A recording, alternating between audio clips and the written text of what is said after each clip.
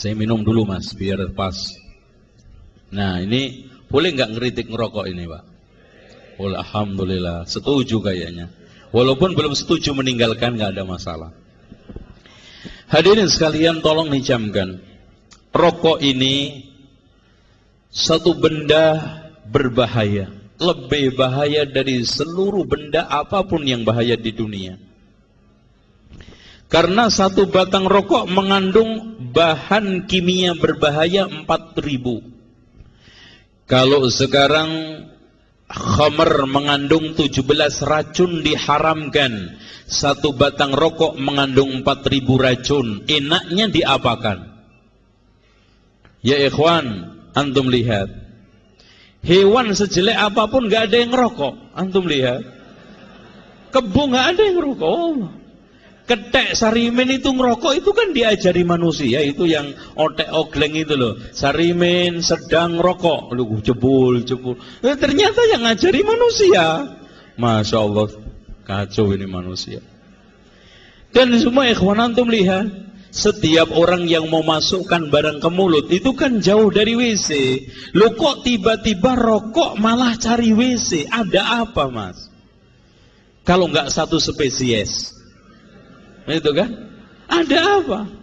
Bahkan orang itu kalau sudah habis makan pedas langsung masuk ke WC, dicantolin di sini itu Tuhan 9 cm berkepala api, yaitu rokok. Itu 9 cm panjangnya, itu sudah menjadi Tuhan. Selipin lantai di situ langsung lipak limbok lico, iktikaf di situ nggak keluar. Dan hadirin sekalian, saya tanya, kalau perokok satu hari menghabiskan satu bungkus isinya 12 batang, satu batangnya 9 cm, disambung berapa Pak? Lebih 1 meter, Masya Allah. Per hari makan 1 meter api. Antum kalikan kalau seandainya antum merokok, umur ngerokoknya 30 tahun. Insya Allah panjangnya Sragen sampai Cirebon. Itu, iya. Makan api 300 km coba mas. Kalau dulu antum belajar di SMP apa SMU, ada makhluk pemakan rumput, apa namanya? Makhluk pemakan daging. Nah ini satu belum, makhluk pemakan api. Nah ini tolong mungkin nanti barangkali ada yang ngusul ke Dignas. Tolong Pak, pelajaran ini kurang satu. Makhluk pemakan api siapa? Manusia. Nah itu. Masya Allah, kadang apalagi mental perokok Pak. Saya itu di Jerman sebulan nggak pernah sekalipun kena asap rokok, sekalipun mau di bis, di tram, di kereta, di mana aja, nggak ada orang berani ngerokok sambil jalan itu, nggak ada. Di sini subhanallah, Indonesia itu menjadi surga nirwana buat kaum perokok Pak. Jannatun Naim, bebas sekali. Saking bebasnya subhanallah, sudah diangkotnya seksumpek dengan seenaknya dan cuek ngerokok. Nggak ada orang rokok diambilin asapnya dikantongin, kan nggak ada. Nggak ada. Dengan cueknya itu subhanallah, kanan kiri satu angkot penuh. Ya. Coba sekarang kalau ada orang setiap pagi membakar duit 5.000, yakin dikatakan orang gila. Ini orang tiap hari bakar duit dengan rokok. Coba enaknya dikatakan apa?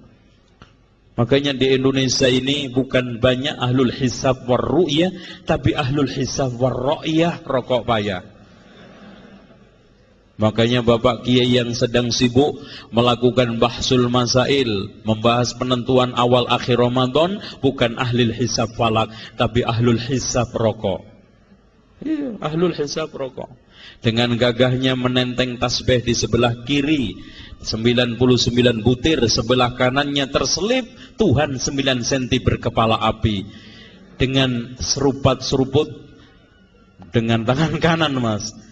Barangkali inilah yang terbanyak ashabul yamin, ya. Ashabul yamin. Itu.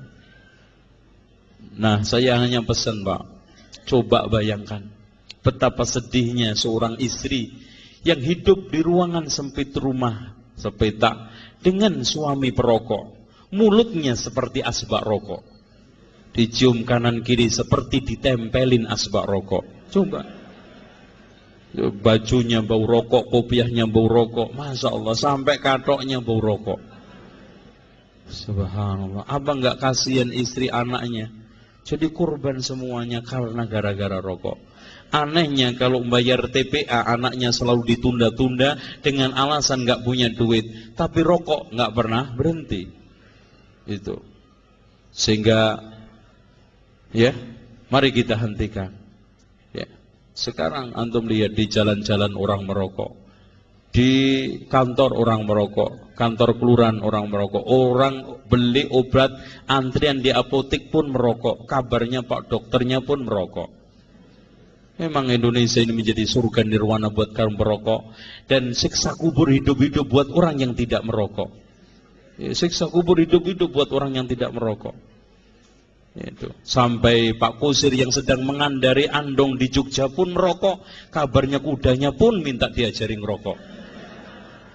Anak-anak SMP datang ke perpustakaan kecamatan menanyakan buku tuntunan tata cara merokok. Bukan tuntunan sifat sholat Nabi, yang ditanyakan tuntunan tata cara merokok. Ya, ini sudah. Jadi tolong ya, mudah-mudahan antum bisa berhenti, bisa taubat. Dan kalau tidak, ya wes akhirnya masuk neraka sendiri-sendiri, oh mas. Yes. Ya nggak bareng-bareng loh. Ya udah aja itu. Nah, kita lanjutkan.